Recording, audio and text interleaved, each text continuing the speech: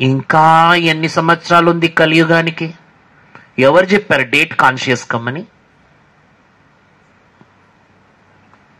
సత్యుగం వస్తుందా? సత్యుగం తేవాల? అదే పరిగెత్తుకుని వస్తుందా ఏంటి? సత్యుగము వస్తుందా తేవాలా?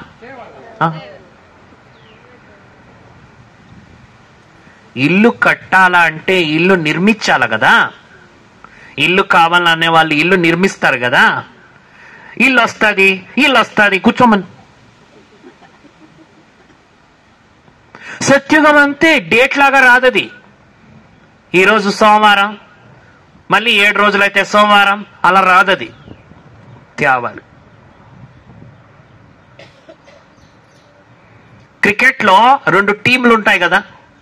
ఇక్కడ కూడా 2 టీములు ఉన్నాయి ప్రపంచం. ఒకటి కలియుగం టీము, ఇంకోటి సత్యుగం టీం. ఏ టీము? ఒక టీం ఏదే? కలియుగం టీం. ఇంకొక టీం ఏదే? ఇక్కడ ఉన్న వాళ్ళంతా ఏ టీం వాళ్ళు? చేతులు ఎత్తండి. అందరూ సత్యుగం టీం. ఎవరెవరు కలియుగం టీం వాళ్ళ చేతులు ఎత్తండి. ఒక్కరూ లేదు. అంటే అందరూ దేనికి సపోర్ట్ చేయాలంటున్నారు? అవును కదా. చాలా మంచోళ్ళు మీరంతా కదా. ఇప్పుడు అడుగుతాను, మీరు ఎంత మంచోళ్ళో మీకు అర్థమవుతుంది. ఇప్పుడు మీరు ఉండేది ఏ టీంలో? సత్యుగంలో. మరి రోజుకి ఎన్నిసార్లు మీరు మనస్సుని డిస్టర్బ్ చేసుకుంటారు? ఎన్నిసార్లు నెగిటివ్ ఆలోచనలు చేస్తారు? ఎన్నిసార్లు మీరు గతాన్ని గుర్తు చేసుకుని బాధపడతారు? అన్నిసార్లు కూడా మీరు ఏ టీంకి సపోర్ట్ చేసినట్లయింది? చూస్తారా? ఉండింది ఏ టీంలో? సపోర్ట్ చేసేది ఏ టీంకి? మరి కలియుగం ఎట్లా పోతుంది?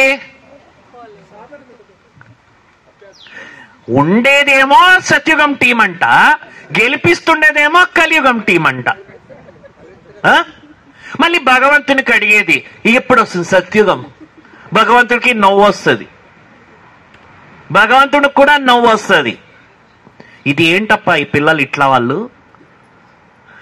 సత్యుగం రావడానికి మీరే కారణం అని నేను చెప్తే నన్ను అడుగుతున్నారు సత్యుగం ఎప్పుడు వస్తుంది? మనమే ఇంకా లోపల నుండి ఫెయిల్ అవుతూ ఉంటే సత్యుగం ఎలా వస్తుంది? పాయింట్లు వాళ్ళకి తెచ్చిచ్చేది, రన్స్ వాళ్ళకి తెచ్చిచ్చేది, గ్రూప్ ఏమో సత్యుగం. అట్లయిపోయింది మన కథ. అందుకని బాబా కూడా చెప్తాడు, నేను ఇంతమంది పిల్లల్ని ఎన్నుకున్నా, అందరూ కూడా సత్యుగ టీంని తెచ్చేకి రెడీ గారు. 108 మందే రెడీ అవుతారు. ఎంతమంది అవుతారు? మళ్ళీ వీళ్ళంతా వాళ్ళతో పాటు ఏంటి సపోర్ట్, ఏమంటారు, రైలు బోగీల్లాగా